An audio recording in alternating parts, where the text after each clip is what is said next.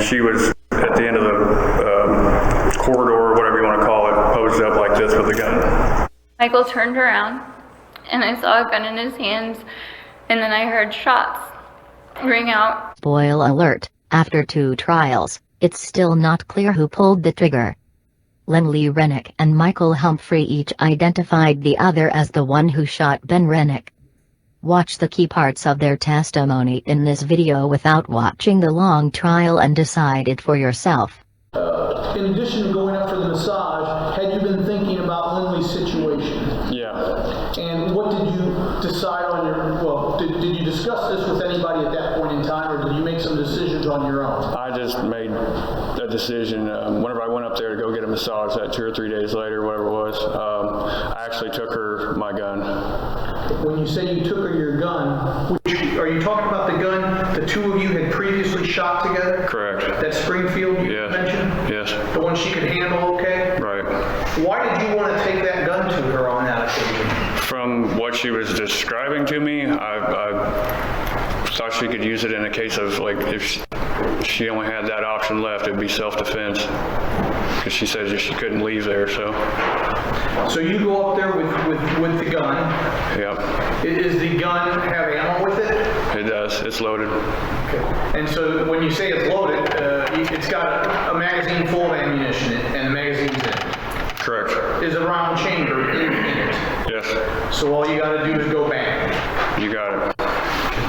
And when you get there, where is this gun at with respect to your person? Where's it at? I had a pair, I think it was cargo shorts on, and then put them down in the side pocket of the cargo shorts. It was concealed? Yes. And when you got there, tell us what happened that day. She checked me in for, I guess Ashley, I think was at the front desk, checked me in for a massage. Took me back there. Lynlee comes in there to do the massage or whatever, and then talk for a second. I give her that, explain to her that in the case of self-defense, this is, and for as long as you need it, you can have it. And she said at that point she didn't know if she could do something like that. Put it up on top of there. I did get a full body, or upper body massage rather, and that was pretty much that day. So when you get there, make sure I understand, Ashley kind of checks you in like the bookkeeping thing.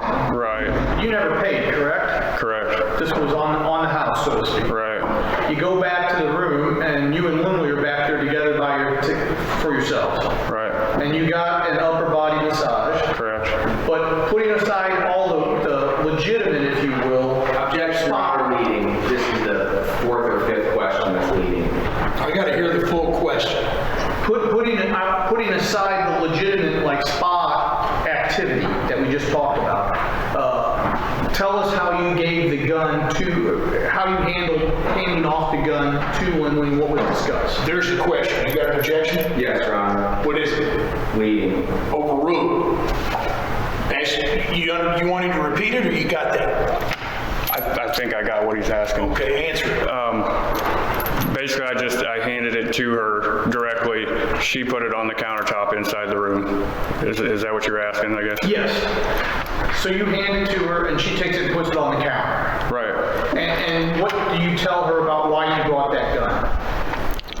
I told her that in the case of self-defense that nobody should have to go through what she had described to me. And does she respond when you tell her that? That she didn't think that she could do that. As in shoot somebody. Well, and that's my question, is she say, I didn't think I could do that, or did she say, I don't think I could shoot somebody? She said, I don't think I could do that. That was the right phrase? Correct. Okay. And I forgot to ask you this, Mr. Humphrey. Back when her and Ashley were at your house, did they offer you anything to commit this murder? No. Okay. Now, when was the next time you wound up having, after this massage and handing off the gun, did you leave? Yes. When is the next time you have contact with Lynlee? There was probably another couple days after that, something like that. And where is it that you have contact with him? She came back out to my house. And How was it that the two of you wound up meeting at your house? She just showed up there. Okay, this was again another uninvited Drop in. visit. Yeah. And who was with her this time? Nobody. And how much time did you spend together on this occasion? Half an hour. And what did the two of you discuss on this occasion? She came out there, said that her and Ben were fighting. She, in short, basically said, I guess if I don't have anybody that's going to do this, I need to be able to go to my house and get some clothes. And when you say, was that sort of her exact phrase? Something of that nature. 100% on word for word, if I don't have somebody to kill him or something, Well, that's what I'm asking. When she said to do this, whatever phrase she uses, you understand that to mean what? talking about killing Ben. And did you again on this occasion tell her, what did you tell her about your involvement and willingness to kill her? No, I'm not in on that. And during this occasion, did she offer you something in terms of if you would do so? She said something, and again, word for word verbatim, but it was something of the effect of, I'll make it worth your time. Okay. Never promised you a certain amount of money or a certain amount of property, just No. said, I would make it worth your time. Right. And you, in response to being offered her making it worth your time, what was your response? Again, I'm not partaking in that. Did she ask you to do something else besides then kill her husband? She asked me if I would go out there to her house to help her gather up like a bag of clothes so that she could go and stay at some point with her dad. And did you agree to do that? Yeah. And knowing she had tried, or at least from her own words, she had tried to kill her husband once before, and now she has been asking you to help kill her, why would you help her in this manner? I thought that was going to be a peaceful resolution. And did it turn out to be a peaceful resolution? That was not. Let's talk about the day this was going to happen. I think we earlier said it was June 8th, correct? Right. What was supposed to be your time? What were you going to do? I mean, tell us what your understanding of what you were supposed to do that day to help her get this peaceful understanding.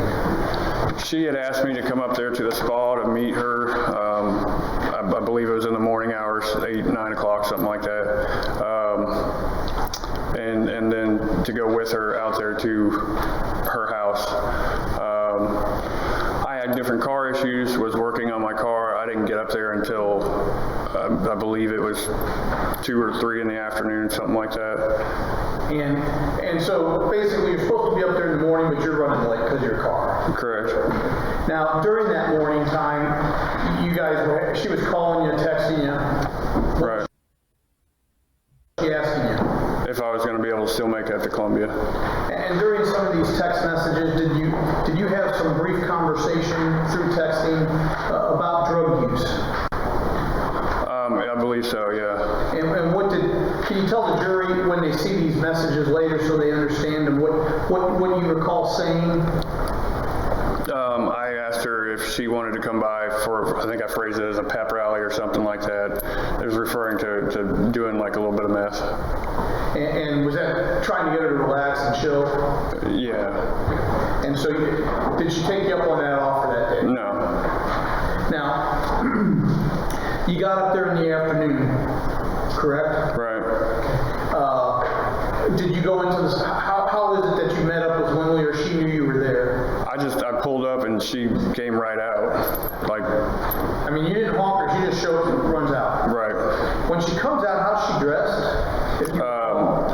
Like black leggings and a hoodie on.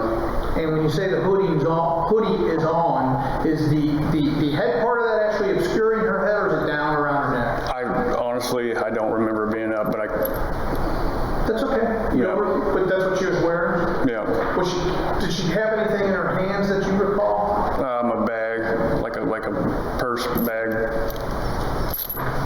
And did you see this gun that you previously left behind with her? Not at that time, And would this gun fit inside that purse? For what I remember of the purse, Maybe. I don't pay much attention to women's purses, honestly. I don't. But you didn't see a gun printing on her side or? No. And what happened when she came out of the spa and saw you there in the car? She asked me if I was still taking her up to her house. And did you agree to do so? Yeah. And whose car did you take? We ended up taking mine. On the way out there, what conversation are the two of you having? She had said that she was going to talk to him, get some of her stuff in order to stay there, like I said, at her dad's and stuff, and then from there it would probably work out whatever future action she was going to do, whether she was going to get a restraining order or file for divorce or that kind of. And based on what she told you or asked of you, what was your intended role to be, so to speak? Just to make sure he didn't flip out, basically. And beyond that conversation, did you guys have small talk again, catching up, that kind of thing? I'm sure we probably did, yeah. Was there any more conversation about murdering him? No. When you get there, can you describe the building you pull up to?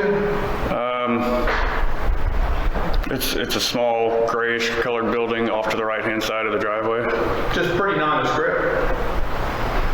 It looked like a little shop or something. And when you pull up there, are there any other cars around that you recall? There was a reddish maroon colored Jeep, I believe. Were there any people when you first pulled up there? No. Tell us what happens when you pull up and the car actually stops. We got out, walked around to the front of the car, and just as we get to the front of the car, from my right side, basically, sort of behind me, she walks up to me, and I feel something at my hip. I end up turning around and looking at it. It's the gun that I'd given her.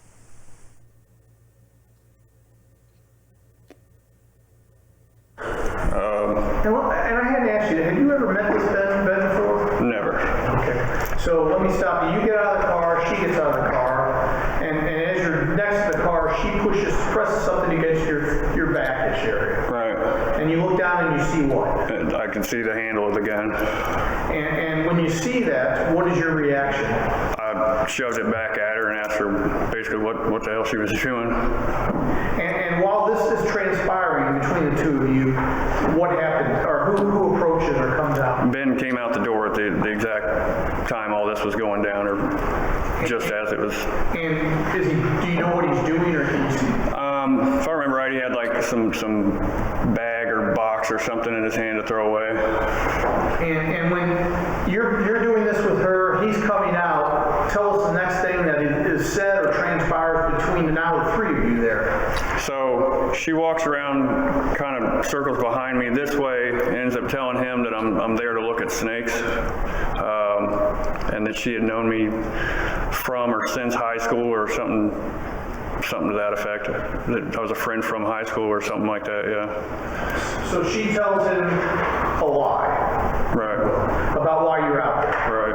Okay. And when she tells him this about hey, a friend from high school, see some snakes, what is his reaction, or can you see what his reaction is? He was just, I guess, momentarily hesitant as to, just randomly showing up there, but was like, fine, that's fine, come on in. You can take a look, see what all we got. I mean, and where does he go then? He goes back inside the doors there. So he heads back into the building. Correct. What do the two of you do then? I followed him in, actually. She had taken trash from him, I believe, and took it over to the dumpsters. So you follow him in, and you think she's taking care of this trash stuff. Right. Tell us what happens after you get inside the building with Ben, and she's out there doing whatever. He goes over to a sink that's on the left-hand side of the walkway through there or something, washes his hands, turns, and then goes down the main walkway there, talking about all the different types of snakes they have. I don't know nothing about snakes, so at the time that he's walking down through there, he gets towards basically the end of it there. She comes in the door, walks right on past me. I'm figuring she's going to go down there and talk to her husband let them know whatever's going on. Well, let me stop and just make sure. He's now at the other, you've come in the door, but he's now at the other, where you said it ended, the other end of the building. Yeah, it's just a long stretch down through there, Kind of like like a long, narrow hallway?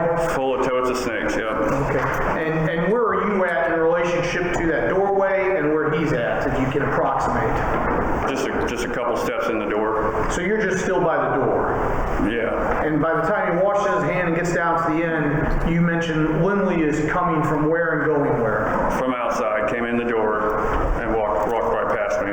And as she does this, does she say anything to you or Ben? No. Do you see anything in her hands? At that time, no. Well, and let me ask you this, were you paying attention or? I really wasn't. I was looking at a rack full of a lot of snakes. She goes by you and heads in the direction of Ben? Yeah. Okay, tell us what happens next. So like I said, I was looking at a whole lot of snakes. And then I heard a shot come out, which inside there was extremely loud, so I kind of ducked a little bit and I looked down through there, and she was at the end of the corridor, or whatever you want to call it, posed up like this with a gun. And so you hear one shot and react to that, Yeah, and then look down to where they're at. right. And when you look down there, how is Ben positioned if you can see him? I couldn't see him at that point. Where he was at? Yeah, I actually couldn't see him. So he at least wasn't standing upright. Right, Okay. You could see her though? right. And you said she was, if you could stand up and show how she was positioned.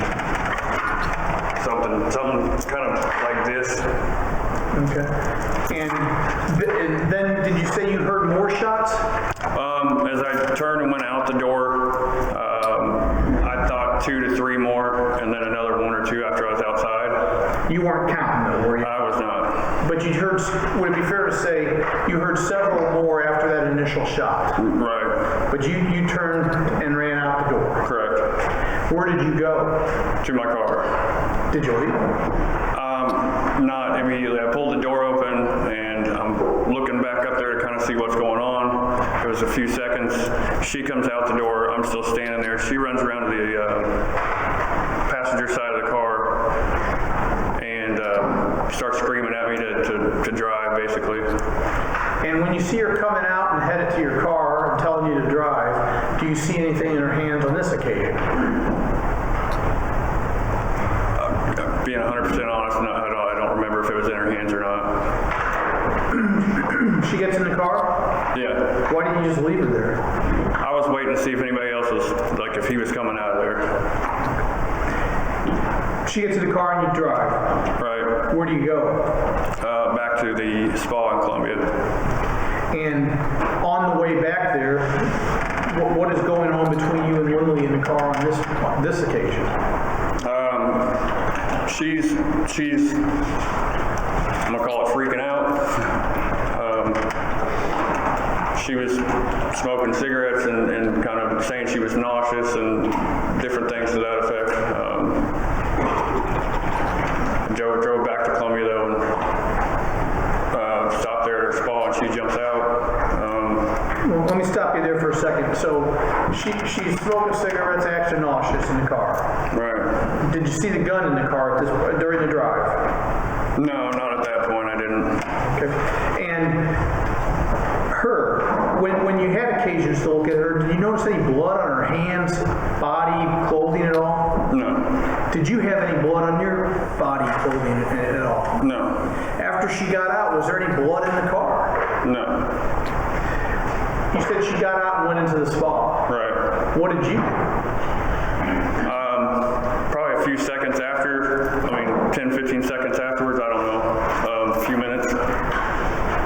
I followed her in, and there was nobody in the front of the spa at all. I heard talking down their hallway, followed that, and they're in a room with I've tried to describe it a few different times. I don't know. It's a spa device of some sort that sprays water. I have no idea what it's called. But nobody's there when you get in there. Right. And so you walk back to where you hear these voices. Right. And when you get back there, who's back there? Ashley Billy and Lynlee. And what are the two of them doing? Spraying water. Okay, and is one of them unclothed at this point in time? Lynlee. Okay. So who's spraying water on who? I think Ashley had it in her hand at that point and was spraying the water, yeah. And what were the two, what conversation then occurred between the three of you, if any? I opened up the door and I asked her, does she know what just happened? And she said something to the effect of, I already told her, or I'm telling her, or something like that.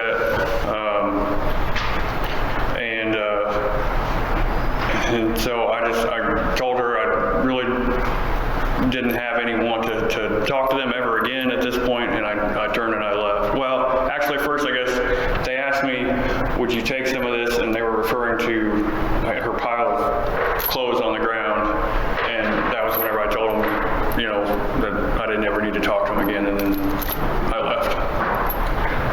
And so they wanted you to get rid of the clothing though on your way out? Correct. Okay, and you refused? Correct. Do you leave? Yeah. Get in your car? Yes. Tell the jury about what happens on the way home in your car. I'm approximating it about halfway home. Stepped my brakes. I don't remember if it was to go around somebody or whatever it was. And out from underneath the passenger seat slides the gun, my gun. And did that surprise you? Yeah. And why did it surprise you? I didn't recognize that it was my gun until that moment. And what did you do? I was freaking out a little bit. Okay. Why is that? Because it's my gun. And it had been, you believed it had just been used to do what? To shoot somebody, yeah. Now, what ultimately did you do with that gun after you got back and you weren't driving? I put it in a case and put it back in the house. When you say Or back in the house and then put it in a case, whichever way. When you said the case it came in? Yeah. Okay. Black case. And when you got the gun, did the gun have any blood on it? No, not that I recognize, no. And if it had, would you have cleaned it off, you think? Probably not. I don't know, probably. I don't know. I didn't ever see any. That never came about, so. Yeah, but when you saw it, it had been used in this murder, but it had no blood on it. Correct. Now, you said you put it in this case. Ultimately, this October, where was that gun at? Where did it wind up? This October? Yeah, when the cops went and got it. That was over at my girlfriend's mom's house. So we pulled down the driveway and pulled up to the facility, and Ben's Jeep was parked there, and so we just, pulled up on the pad right behind it. And as we were getting out of the car, Ben was walking out of the facility and he had some bags of trash. And so he stopped, and Micael and I were standing there just right in front of him, and Ben was like, "Hey, what are you doing?" Obviously surprised to see me there in the middle of the day, let alone with somebody else. And I just panicked, and I was like, "Oh, this is Micael. He's an old friend of mine. Like, he's really interested in snakes." And I told him we could come out here and you could show him some stuff and he could buy something from you. And Ben was like, "Okay," obviously, confused by that, because we never really had people out at the facility. But I went ahead and I took the trash bags from Ben and then walked down to the dumpsters that we had, and Ben and Micael went on inside the facility. Okay. And you gave us a lot of information. I kind of want to unpack that. No, that's okay. When you and Micael got out of the car, Ben was already exiting the facility, right? Yes. So he saw you guys right away? Yes. Did you have a gun with you at that time? No. Were you aware that Micael had a gun with him? No. Had you seen it on the car ride there? No. Did you see it in his hands or anything at that time? No. So I think you said you took the trash and Ben and Micael went inside the facility. Yes. What are you thinking and feeling as you're walking the trash to the dumpster and then heading inside the facility? I mean, I just lied to Ben again and told him this whole story about how this person's here with me to buy a snake, and so it was just kind of frantically trying to figure out, like, how do I backtrack this? How do I just lay this on him why I'm really here? And was really feeling like I wasn't even gonna really be able to tell him, and like I need to be fully prepared to just like, Michael's gonna have a snake now. And to be clear for the jury, why were you really there? To ask Ben for a divorce. You weren't gonna kill Ben? No, You weren't there for Michael to kill Ben? no, And you're thinking, I don't even know if I can go through with this. Michael might actually have to buy a snake. yes, Do you walk inside the facility? yes. What do you see? So when I was walking into the facility, Ben and Michael were drying their hands off and like walking towards the back. So like they had been at the sink washing their hands and then headed back towards the back baby section of the facility. Now, why were Ben and Michael washing their hands? I mean, this is what Ben and I did for a living, and so the breeding conditions of the facility and the snakes, we liked to keep it as clean as possible. And part of that is just making sure there are no outside contaminations on your hands and stuff before you're getting ready to handle anything, especially baby snakes. They're really susceptible to catching things, and if they die, then that's, you know, you don't have that snake anymore. So you always have to wash your hands before handling the snakes? Yeah, and we actually had like hand sanitizers and stuff like that set up in between each section of the building to make sure if we went from one section to another that we didn't, you know, cross-contaminate between the adults and the babies.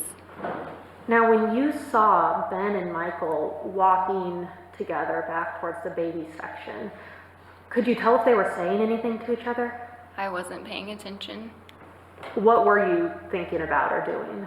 I was just trying to figure out what to say to Ben and how to approach this topic now. What happened next? I walked, you know, down the aisle, and I walked up behind Michael. Ben was back around the corner, and Michael was standing kind of the way that the aisles are set up. There's just a small space to walk through to get to where Ben was, so Michael was standing right there, and I walked up right behind Michael. I'm sorry. And then Michael turned around, and I saw a gun in his hands, and then I heard shots ring out, and I screamed, and I ran outside. And then I heard more shots go off, and everything just went numb, and I remember staring at the trees, and then Michael running out of the facility and pushing me towards the car and telling me, "We have to go, Lynlee, get in the car, we have to go now." Did you have any idea did you know Michael had a gun? No, Did you have any idea he was going to pull out that gun and use it to shoot Ben? no. What were you thinking and feeling after hearing those shots and running outside? I wasn't thinking or feeling anything. I remember feeling like I was gonna throw up, and I told Michael, "I'm gonna throw up," and he told me to put my head between my knees, so I dropped my head down between my knees in the car and put my hands over my head. So this is after, I think you said Michael came running out of the facility and he was saying, "Lynlee, we have to go." Yes, And I think you said he grabbed your arm and kind of pushed you into the car. yes. Did you want to get in the car with him? I was not, I mean, there was no thinking of what was even going on. I don't even remember thinking anything.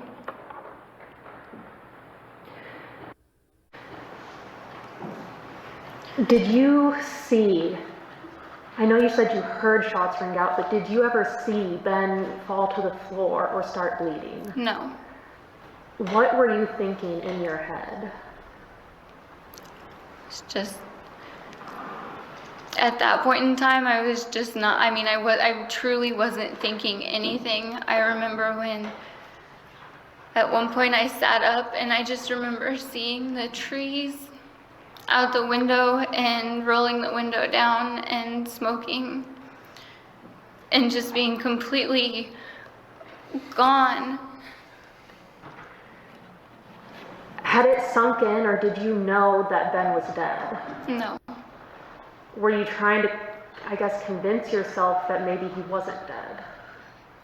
I didn't know what had happened. That wasn't even a thought that was in my mind at that point, that Ben was dead or could be dead. You were just kind of trying to exist from moment to moment, it sounds like. Yeah. All right. Did you and Micael talk on the drive back to Columbia? No. Did he say why he had just suddenly pulled out a gun and shot your husband? No. Where did you eventually go? Back to the spa. Did you know where he was taking you? No. Were you scared? That's probably a good emotion to describe it. I truly was just not there in my body or present for any of those moments. I remember it, when I think back on it, it's just like flashes of just different things here and there, and then nothingness. So you were in shock. Yeah. But you eventually got back to the spa. Yes. Do you know about what time that was? No. What happened when you and Micael pulled into the parking lot at the spa? So we pulled in, and Ashley was already coming out of the door, and she helped get me out of the car. I'm sorry. And then we went into the spa, and she walked me towards the back into the wet room that we have. She helped get me undressed, and she set me up on the Vichy shower table that we have. And she turned the water on and was just holding it against my legs. I was curled up holding my legs. And then I remember Micael coming to the door and pointing at me and telling me,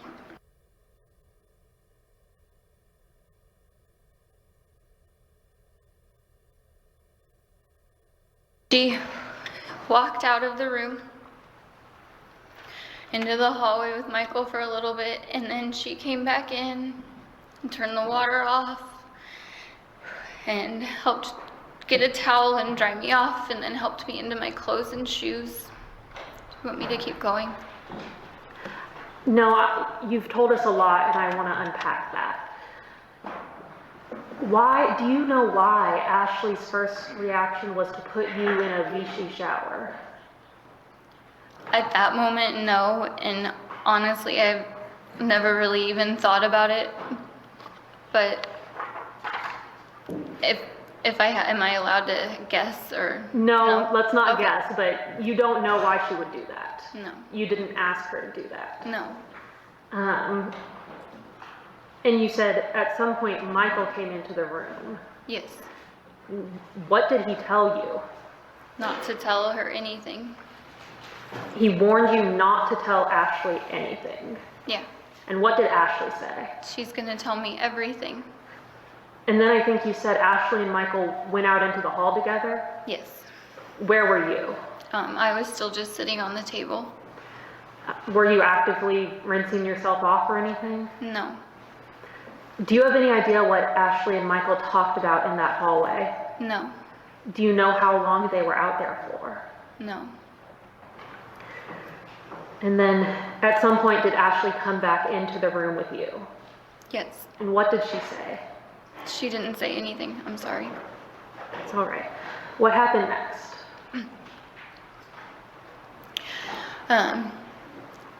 After she had helped me get dressed,